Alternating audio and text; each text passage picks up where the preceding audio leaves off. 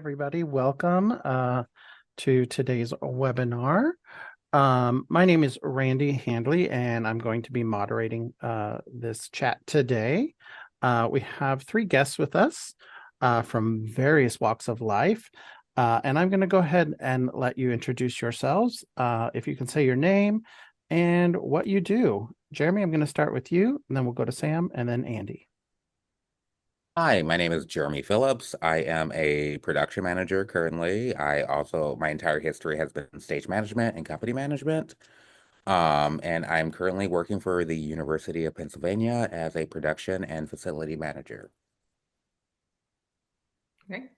Hi, my name is Sam Thompson. I'm the current assistant professor of stage and production management for Millikan University, and I also serve as the department's production manager, and I oversee their BFA stage management program. My background is more in what I lovingly call the weird stuff. So I have a lot of more background in theme parks, cruise ships, circus. I worked for Cirque for a number of years in Vegas. As well as some traditional regional theater experience. And now I'm in academia. Hi there. My name is Andie Burns. I'm a freelance manager on Stereophonic, on primarily work Broadway and off Broadway these days. Awesome. I am not a stage manager. I am a costume shop manager, but I love working with stage managers. So we have a few questions that I have to ask. And what is the critical role the stage manager plays in a production that is most underappreciated? Mm. Um, After years and years of like AEA stage management, it is people management. It is all of these interpersonal like relationships that you really have to manage. You can call a queue, you can deal with paperwork, but the hardest part of it and the most unappreciated part of it is getting two opposite sides to work together. That's the hardest part of it all. Or learning how to translate what a director wants into what a designer needs. Um, you will work with directors who are like, I don't like that table. I just need it to be like, different, which is great and a good note, but that doesn't help props that need to like find a different table. So you have to like translate that into here's what they're looking at and here's what they have mentioned in the past and here's what I think what they're looking for. So let's go down this path. So is the interpersonal communication and the translation between departments. Director whisperer, if you will. Yeah. And it works the other way because what a director will hear is no, but what a designer is saying is no, we can't because XYZ precludes us from like being able to do that thing. So being able to take that no and soften it and give them a reason instead of just, no, you can't have that. So it works kind of both ways. Sam, from a Cirque du Soleil point of view, we both worked on the same show, and I know how crazy those stage managers were there and how much they had on their plate. How do you see this question in that setting? Sure. For me, especially in those kind of environments where you have so many moving parts, both like inanimate object wise as well as human wise, right? Between set pieces and automation and flying and variety of things. It's almost, I think the most underappreciated thing that especially like Cirque stage managers do is like this like almost foresight that they have of like not just seeing what's happening in front of you to see where the problems are going to arise, but seeing them 15 steps before we get there and being like, okay, that's going to be a massive, massive thing if I let it get to that point. But right now, if I just take these two elements and move them 5 feet away from each other, we've now avoided the whole thing. Right. So it's very much that idea of seeing not just the present, but then what's coming forward and anticipating that and making choices that are not just beneficial in the moment, but beneficial in the long term is something that I think marks a great stage manager, regardless of what area you're working within, but also is something that Cirque stage managers like almost have to be able to do. And it's something that I don't see as like commented on when people talk about stage management in the circus world. You know, because if you end up deciding, oh, we can put this scenic unit here for now, or we can track this act into this spot, and we're not thinking ahead of it, that's where the injuries are going to happen. That's where the problems are going to arise. That's where we're going to find out in the next 2 hours worth of creation. Oh, we're now, have put all the scenic pieces over here and we can't get to the apparatus that we need for this next act. And now we're in a holding pattern, figuring all that out. Andie, how about you? I would agree with everything that's been said so far, and would just like to add on the very like micro sense, like the idea of nuance and learning people, as I think we're all starting to like start to talk about. Like once you're in rehearsal, just like that is your opportunity to start learning, your actors, your designers, your directors, anyone that, has a hand in the material, because the sooner you can learn them and learn their learning styles and learn how they best like to be supported, the more fluid and streamlined you can make a process. When you take things to tech and we take things to show and everything, you can, like Sam said, just like all the pitfalls that are probably ahead of you, whether that be tech or people management, as Jeremy was starting to talk about and everything. So it's all just about learning and trying to anticipate needs as best you can. And that is something, as Sam said, you can't really teach.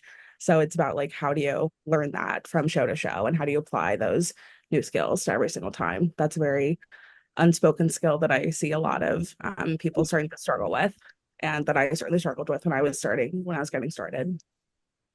I would love to like piggyback off of that. And yes, no, that is e extremely accurate, because learning how to give people a note is knowing who that person is. So there are people like you can have like your cast of whatever show, and there are some people you can be like, "Ooh, girl, you know what you did," and they're like, "Oh yeah, no, no, no," and I'm like, "Great," and that's the note. Other people you have to be like, "Okay, here's the blocking, and what you did is this."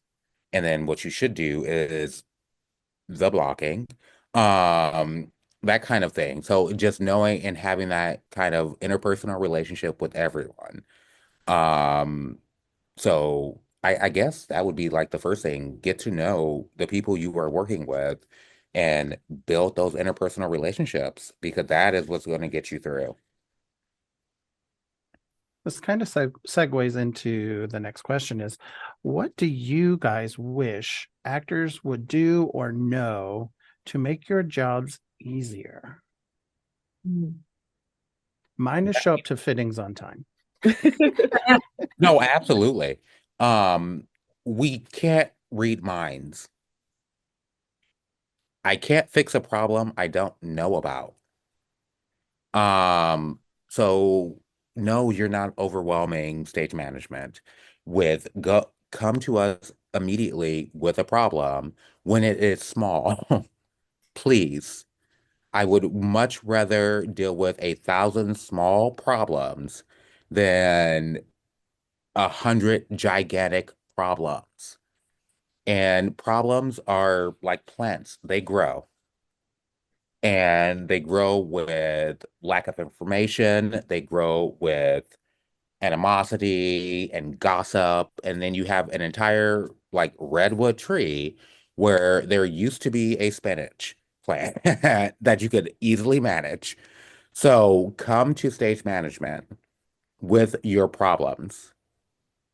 We know the people. We can deal with these things. You are not helping us by not telling us what's wrong. You are hurting us. by not telling us what's wrong. We can't fix things we don't know about. We don't read minds. I'm not Miss Cleo. That's a reference that most of these people will not get. Okay. I would definitely love to agree on that point and also add just like the timeliness is also really helpful in this scenario. Like I started getting a lot of notes at places. Like Mhm. we'll be like starting the show and then an actor will be like, oh, actually this thing is wrong and this has been wrong for like multiple shows. And it's like that's great and all, but I can't do anything about it at this very moment. So if we talk about it before half hour, we can do these things. We can make things, change.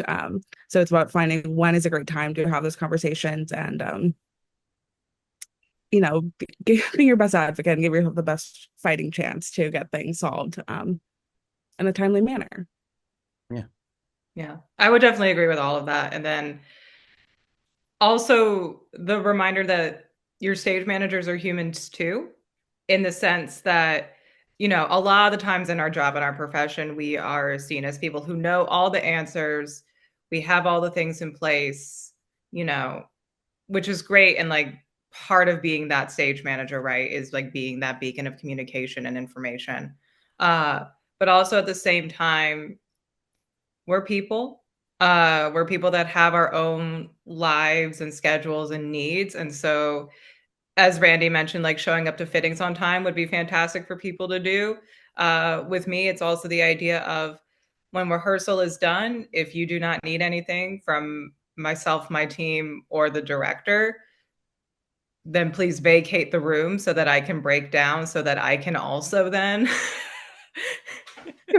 get to go home and move on with the rest of my day or evening or whatever time it is.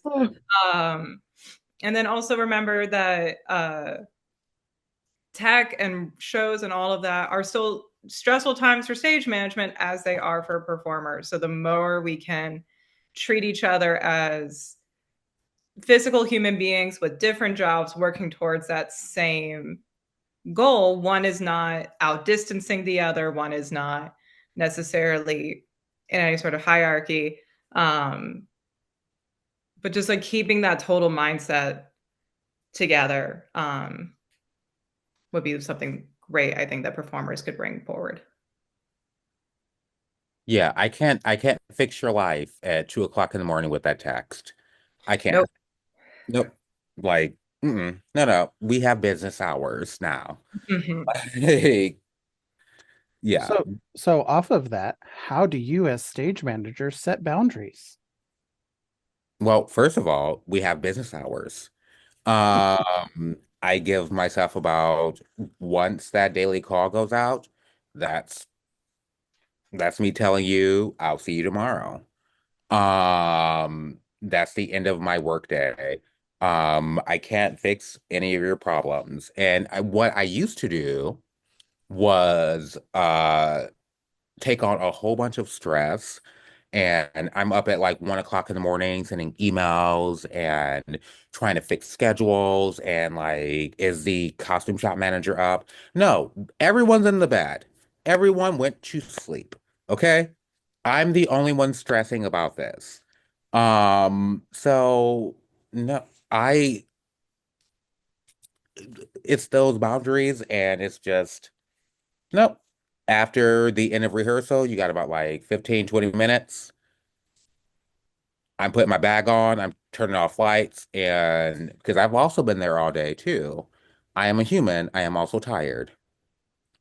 And I would like to go home and eat food. Like I don't live at the theater. So I honestly tell people in my like welcome packets that I hand out, like, here are stage management hours. We are available from like 2 hours before rehearsal to about like 15 minutes afterwards. Might I only say 2 hours before rehearsal because I'm a morning person. So I'm like usually up and everything. So I'm like, okay, if rehearsal starts at 10, you could, yeah, 8 a.m., that's fine.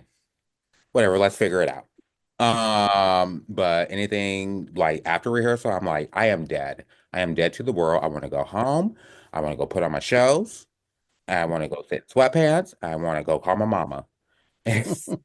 And that is it.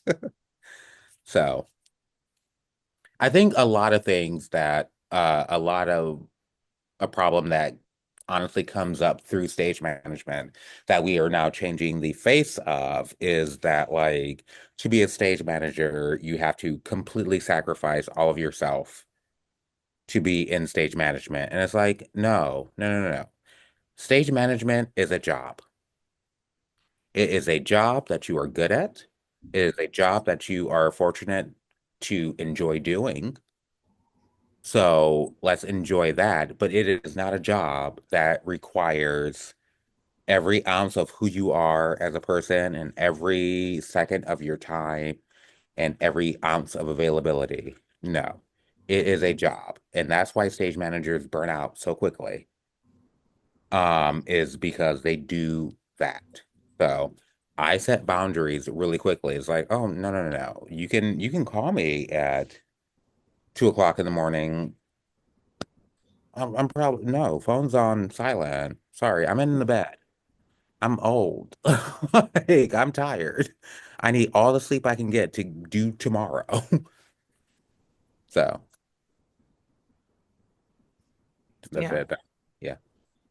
Yeah, I follow the sort of similar ideas. Like I kind of tell people up front, these are the hours that I am awake and functioning and checking emails and will respond to things. Um, Obviously that are not wild and sensitive emergencies, right? Hmm. If I get a call from the fire department that the theater is burning down, yeah, I'll probably pick the call up. Yeah. Uh, Probably like an 80% chance I'll probably take that call if it pops up fire department. But beyond that, if your throat's feeling a little funny at 1 o'clock in the morning, you can send that to me in an email and I'll read it when I get around to my emails in the morning, or I'll check when I check my text messages or whatever it is. Like that is not a, we need to call Sam and figure this out right now kind of conversation. Right. Where, because I spent a lot, and I think Jeremy mentioned this as well, like a lot of my sort of beginning time in stage management with that mindset of, I got to be on my phone all the time. Oh, my phone dinged. Is it something about the rehearsal report? Is there something wrong with the show? Is there something wrong with the piece? Did I send out the daily call saying that we're rehearsing 14 hours tomorrow when it's really 4? Like what did I do? And you can't maintain that for so long without hitting the burnout phase, without hitting the I have to get out of the industry, I have to step away phase. And so having to learn how to relegate that. And then just clearly communicating. It's the same way that directors communicate it when they're like, I'm reachable, I only do email, I only do texting, whatever it is. It's the same way that our shops set those hours when they're like, costume shop is open 8:30 to 4:30 today. Those are our working hours. Great. Stage management shop is open from this time to this time. So Right. let me No one's tweak that. calling the TD at 2 o'clock in the morning because they're like, oh my God, like, unless the building is collapsing or on fire, no one's calling the TD at 2 o'clock in the morning. Like, So Yeah. so let me change this question a little bit as we go forward. How do you set your boundaries within your span of day? mm, Because we each have these lines that's like no. And oftentimes in theater, we are always pushed to the point of that. And so how do you successfully set a boundary within that is within your span of day? well, I first of think all, you need to know like your span of day. Yeah. But Andie seemed like she was about to say drop some knowledge. I was just gonna interject that I think leading with like boundary centric language is really helpful when like talking to everyone else too. If that means like if I'm approaching an actor before we start rehearsal and I want to talk to them about something going on stage, like I'll ask like, can I tell you things now? Like, can I invade your space right now?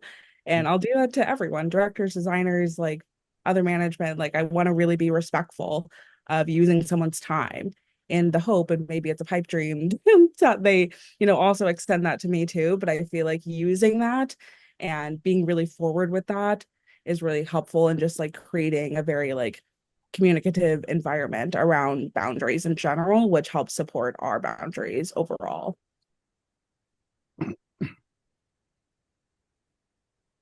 Yeah, I would say if it's like a specific task someone's coming to with that is not something that I personally want to do, I always sort of frame it in my mind of, is it something that I would be comfortable asking another stage manager to do? Like if I was in that position and I had to like turn to an ASM, or I was an ASM and I had to turn to the PSM and say, would you do this? And if I was comfortable saying that to another stage manager, then I'm like, yeah, okay, that's something. Let's see what my schedule looks like right now. Let's see if I can add that in or not. But if it's not, then that's a relatively clear boundary for me to be like, that is not part of this job line right now. Which again, I'm sure we've all had those moments where we've done the task that we probably shouldn't have done. That we were asked to do a thing that really should not have fallen into the world of stage management, but we did it anyway because we were asked, and we look back and we're like, oh my God, why did I go do that? And so that's kind of how I framed that. And then also I like to be relatively upfront with people where I'm like, you know what? I do not have the current bandwidth to handle this particular situation. We're about to go on a 20-minute break. I'm going to walk out of this room for 20 minutes. When I come back, let's have a discussion. I've employed the phrase, I've theatered enough today. Uh, like that's usually my like limit of like, nope, I've theatered enough today. No, enough theater. I'm going to go do something else. Usually feed myself and have like a moment of quiet. And I also really liked what Andie said, and I also try to respect that of like, I know it's before rehearsal, I know you're not on the clock yet, but can I talk to you about this? No is a complete sentence and an acceptable answer. And usually I get great responses from that, and I am very careful not to abuse that though. Um, because I understand that like saying no doesn't always feel like an option. So I like to preface any like request outside of rehearsal hours or tech hours with you can say no, and that is okay. Yeah, I often will, like, my employees will walk in and I'll start to ask them a question. Then I like, if I get any hesitation, I look at the clock and I'm like, oh, you're not back from lunch yet. Ignore what I just said. I'll find you in 10 minutes, you know. So I try to respect their boundaries as well. So each of you have different educational training, but what should a person be looking for in a college or graduate school who want to study stage management? Or Ooh. just anything? In a graduate school, you should not pay for it. That is my big thing. Like there should be the tuition waiver. Like everyone's financial situation is different. But the thing that drew me to my graduate program was that it was a full tuition waiver and an assistantship. And where did you go? I went to University of Nevada, Las Vegas. And so for me, that was sort of one of the major pulls with that was just finances because that is important. I say this as someone who is currently overseeing a BFA program. Regardless if it's a BFA, BA, generic theater degree, specialized concentration, my biggest thing for an undergraduate program is find somewhere that lets you put your hands on shows. Do not go for the college program that's just teaching you all of this in theory, but you don't get the practice side of it. I was very fortunate. I got my undergraduate degree at the University of North Carolina at Greensboro. Shout out, go Spartans. And I was working on shows my first semester, from working as a dresser to run crew to ASM to SM, props, electrician. Like, I got to was running my own shows as a full stage manager by the time I was a junior. And it was those experiences matched with the theory and the learning in the classroom that were able to sort of momentum me into the career that I've had. And I've seen undergraduate programs where undergrads really don't have to touch shows. And there are programs set up where they can go from day one to graduation and not even be backstage once. That's And wild. it is wild to me too. And so for me, you have to be able to have that practice moment, because our degree isn't one that you can just necessarily walk out with and hold a piece of paper and say, I wrote some really great papers on stage management. Let me call a show. With that said, what kind of classes should they be looking for at said university? Or, like, what do you guys think, in your opinion, gives you the biggest breadth of experience as far as like different classes?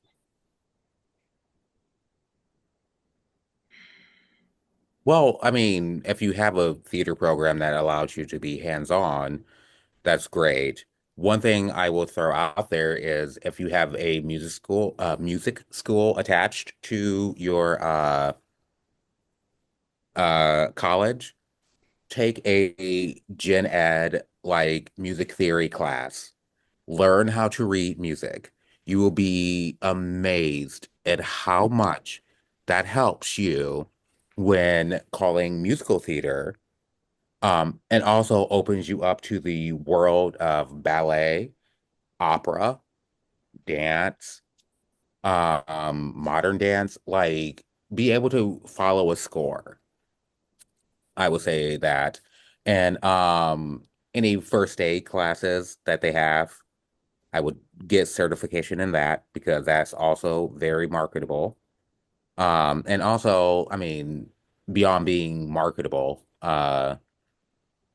it's very everyone should know how to do CPR and use AED machines, please. Please, please, please. Especially in theater with our aging audience members. Please. Um, and also any type of management courses. Because here's the thing. Uh, yes, there are stage management skills that you need to be able to do. Like, make a sign-in sheet, make a book, call a show.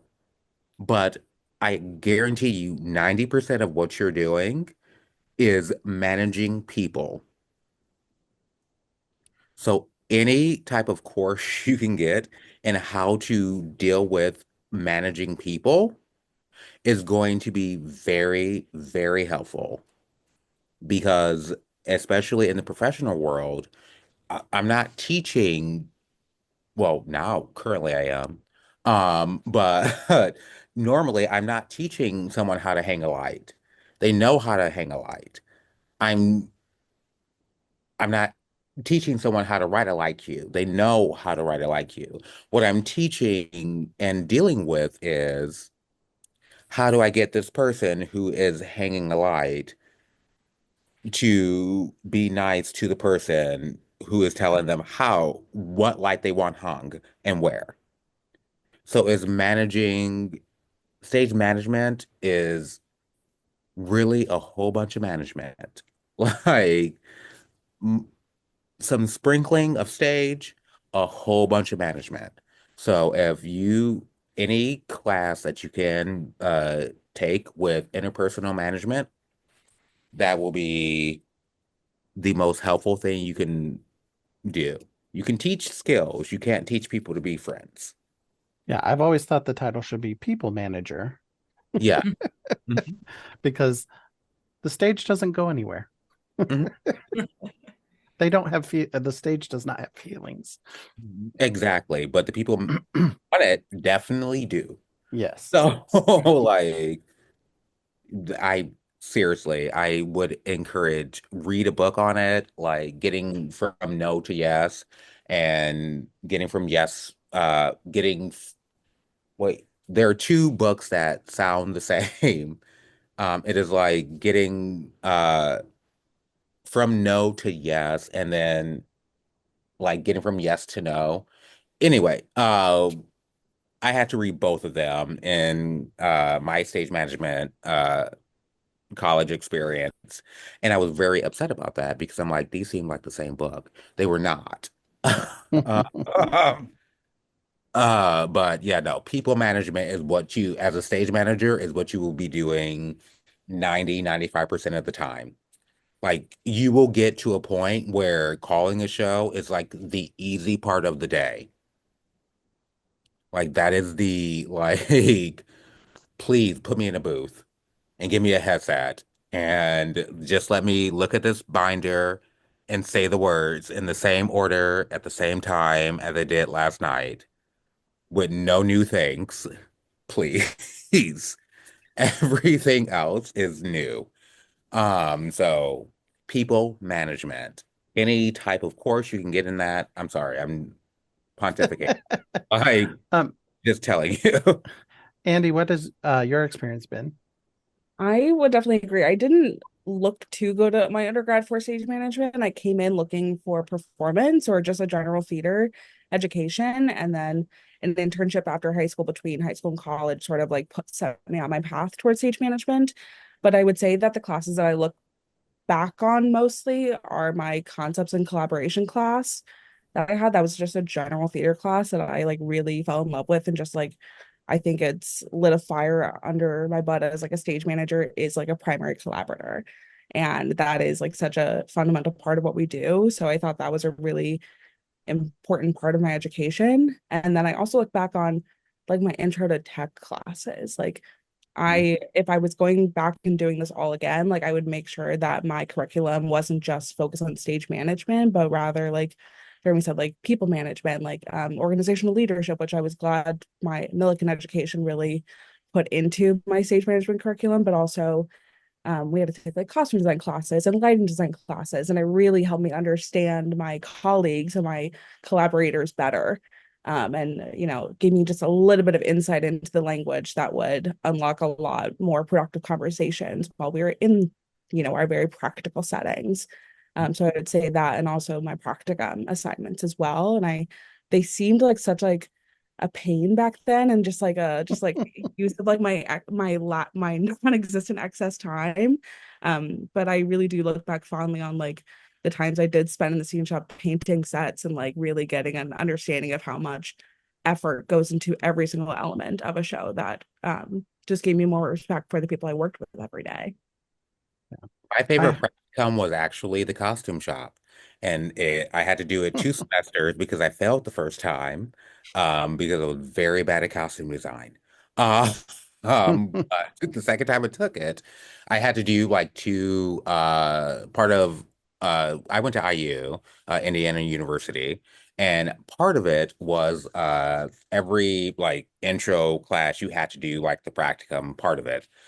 So when I failed it the first semester, I had already done my practicum, and they're like, well, you have to do it again. And so, like, can I put on a closure? Absolutely.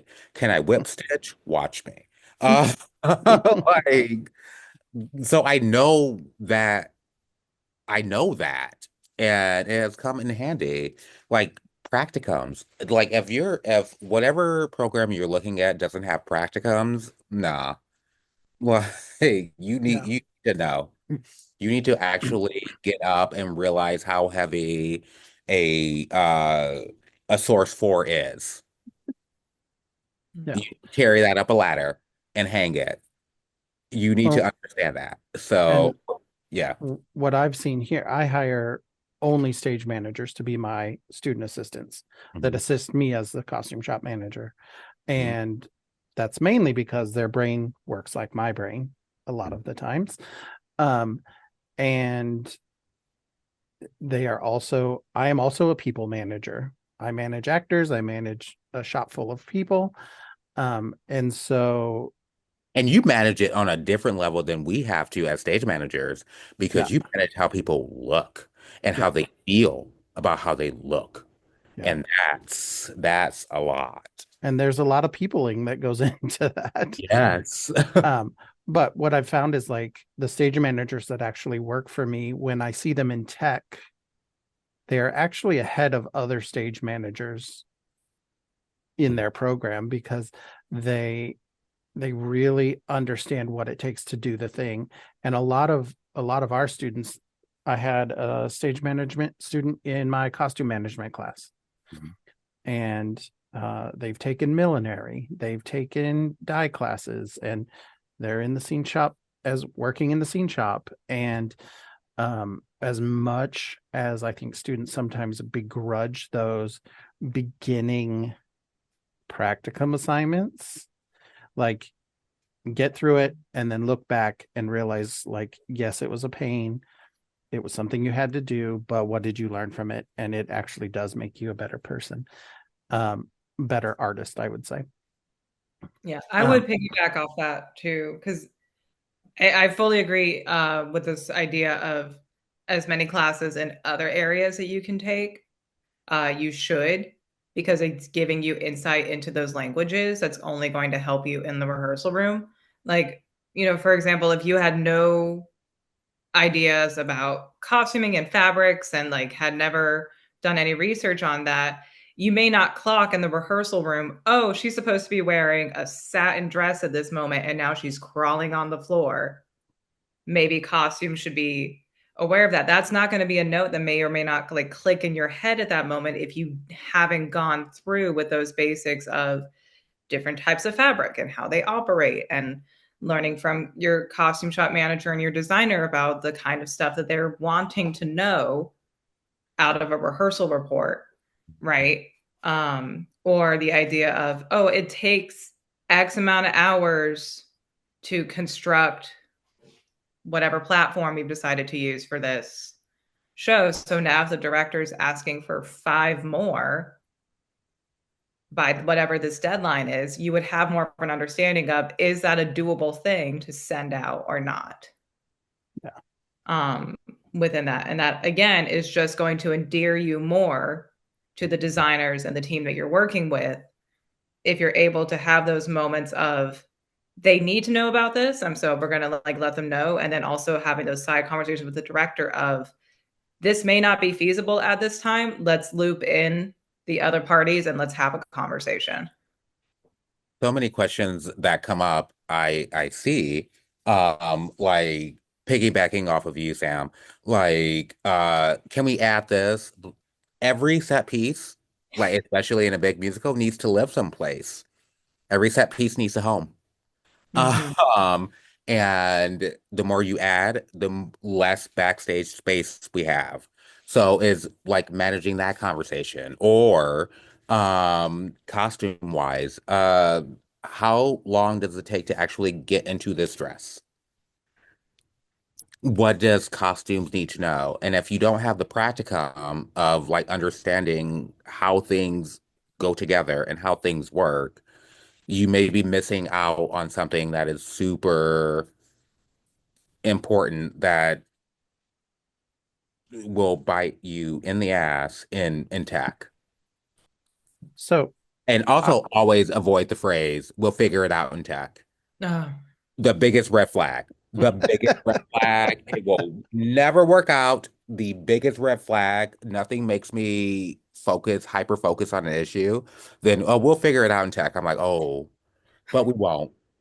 we're going to do it now. Yeah, we're on all three of that. So I see the stage manager as like the ultimate collaborator, because you guys are the pivot point, if you will, for a production. You have your hands in every department. You have to be aware of every department. Um, a lot of students who are new and young to theater can often see a conflict, as in, oh, I don't like that set piece. Oh, I don't like this. Or, oh, hey, can we change this? They see that as like conflict. And um, uh, oftentimes it's seen as a personal attack, or they don't like me, or, oh, the director's mean.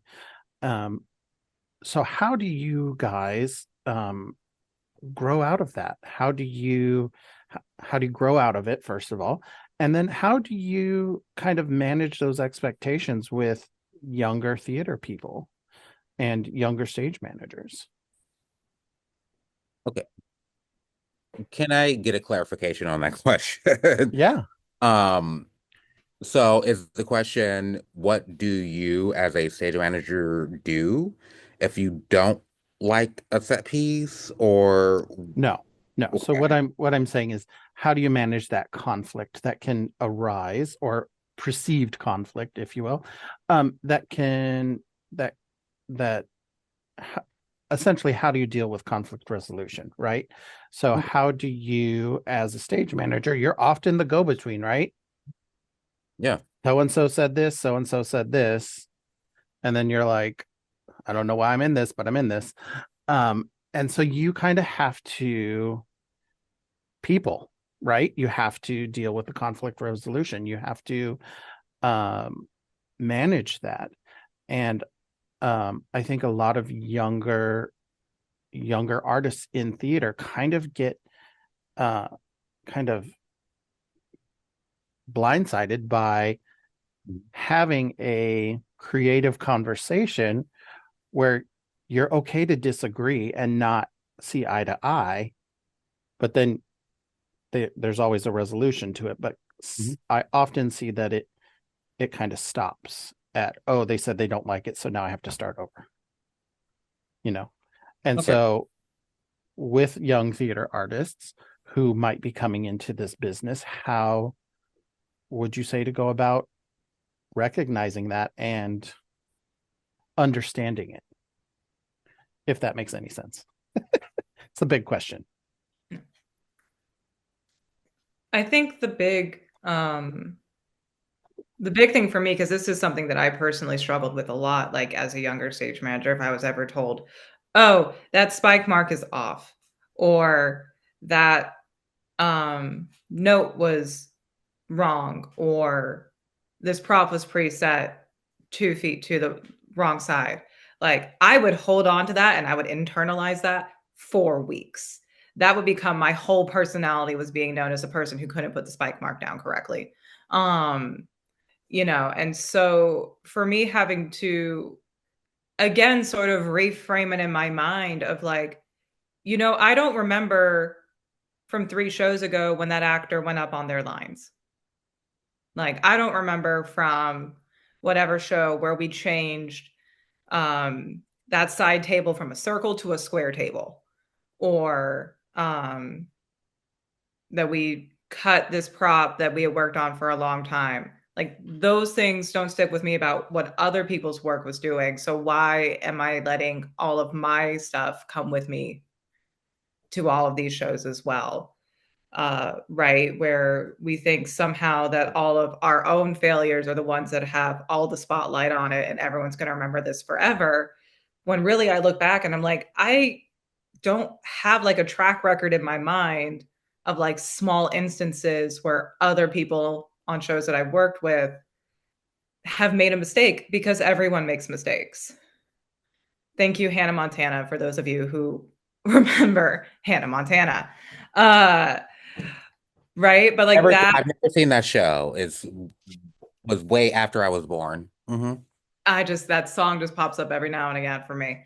Uh, right? But like that's kind of where I kind of had to train my mind a little bit to go, don't bring those with you because no one else is bringing it. Like, you're not going to walk into a room 7, 8 years down the line And I'm not going to walk in there. They're going to be like, oh, Sam Thompson, right? Yeah, you put that one pink spike mark in that one production of Spamalot 2 inches to the left.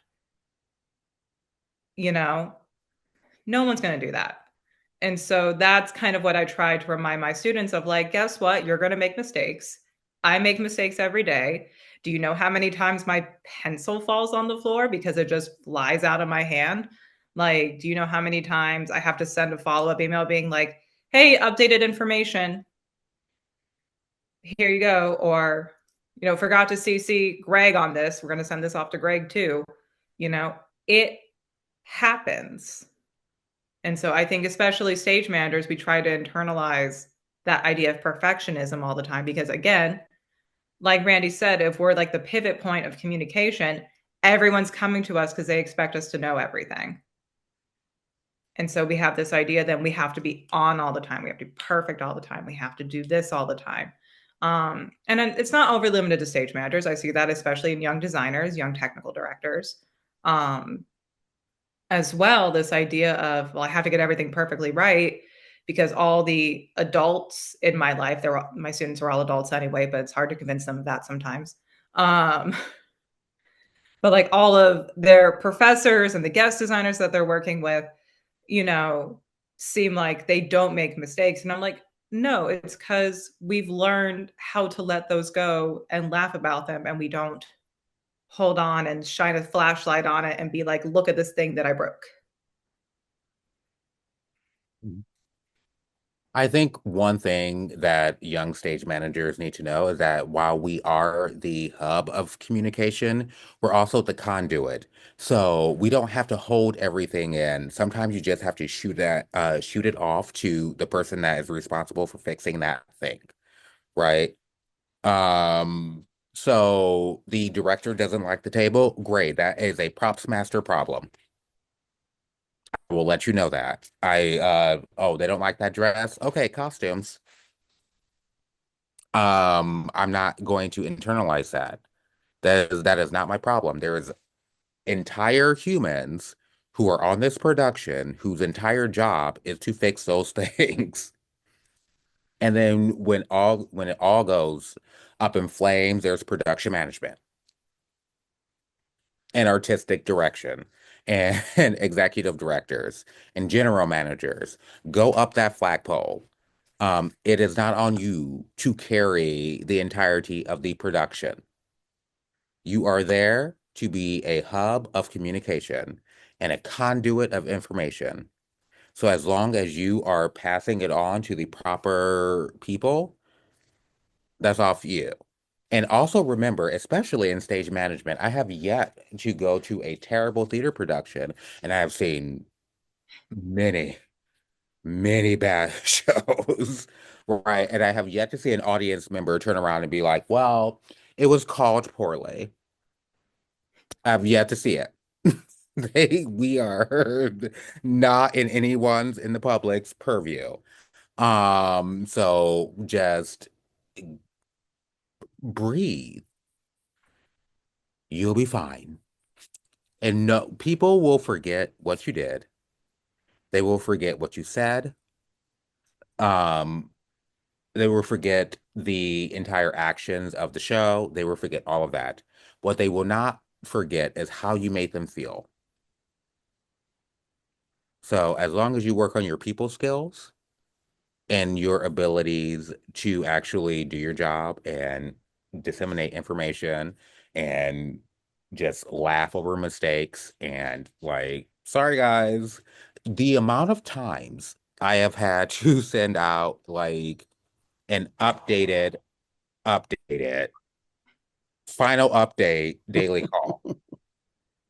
Like, like the amount of times I've had to do that, or here are the notes for hey, hey, I'm doing a meeting. A Zoom meeting. Can you give me about like 15 more minutes? All right, cool. Like People skills. exactly. Yeah. Exactly. So the amount of times I've had to send updated reports, updated and apologies like hey girl, I know I said this in the rehearsal report, but that is not accurate. Uh, you need to be doing this.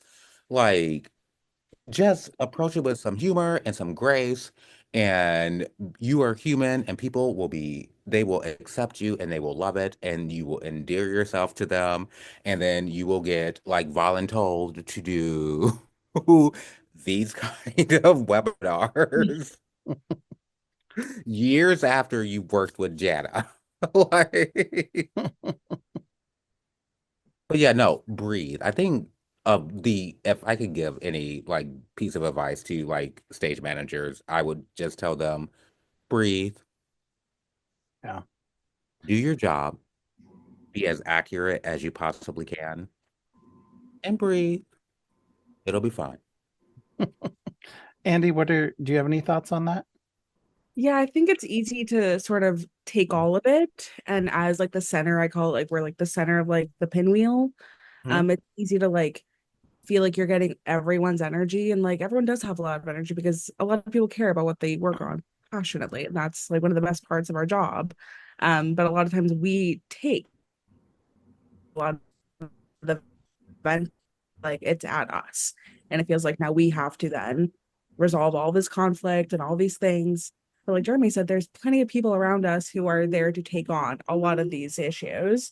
So it's about understanding the resources around you, but also just having the perspective like it is theater too. And while it is very important work, it's we're not curing cancer out here. And I think there also be a little bit of like a like humility of like it's gonna be okay. There is no such thing as a theater emergency as apart from safety, obviously. But if there is an issue over an opinion, like we're gonna be okay in the long run. So just have with yourself and what else around. And then you took the tomorrow is another day. It's all Yeah. going to be okay in the long run. And, there are more shit down the line. So, whatever is the issue right now will not be your issue in a year. So, it's going to be okay in the end. And as long as you learn from it, right? And progress forward, I think that's so important. Okay, so we have about 6 minutes left. And my last question for you guys is, and it's a big one. You ready? Why stage management?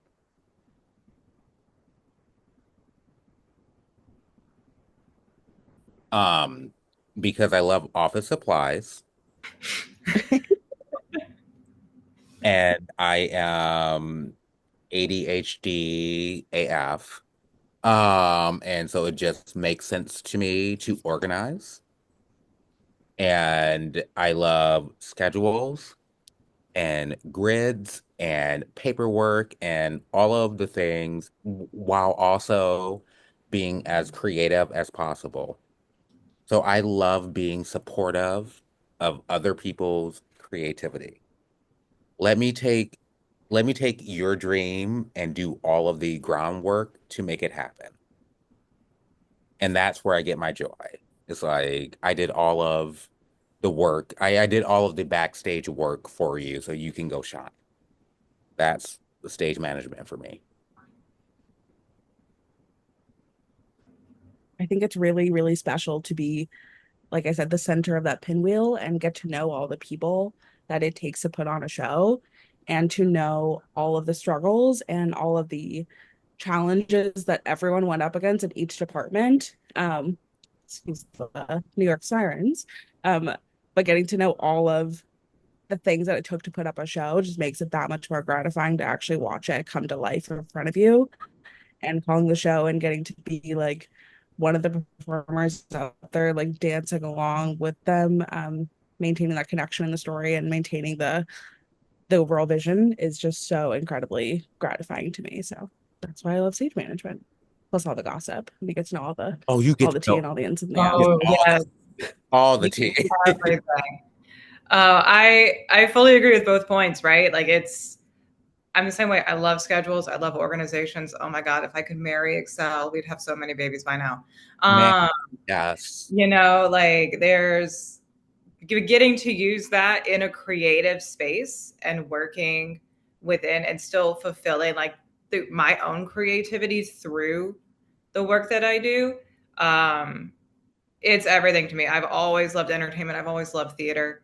Like, I was that kid that loved the tinsel and the jewels and the glitter of every like cheesy theater production in my hometown, up to the touring regional shows, like, glued to the, getting to see everything every year. And so still having that as part of my life is a blessing. But also 100% what Andie said, I'm nosy as all get out. I want to know everything. I want to know like what's going on at this show over here across the country. Like That is why you have to be nice to wardrobe. Yeah, gotta be nice to wardrobe. Wardrobe knows all the secrets. Lighting also knows all the secrets. Lighting, all the like spotlight operators get a lot of information. Oh, and absolutely. so I just like knowing things. I like knowing who's doing what, where, what's going on in the industry, where are we leaning, why are we leaning that way. And so it kind of like takes all my little like hyperfixations and rolls it all into one convenient little job title. Yeah. I always say costumes is the first to know when somebody's pregnant. Like the husband doesn't even know yet, and the actor will come and say, hey, by the way, I'm pregnant, so we have to adjust my costume. Don't tell anybody because I haven't told my husband. And I just laugh. I'm like, okay, no problem. Also, people forget that props people exist.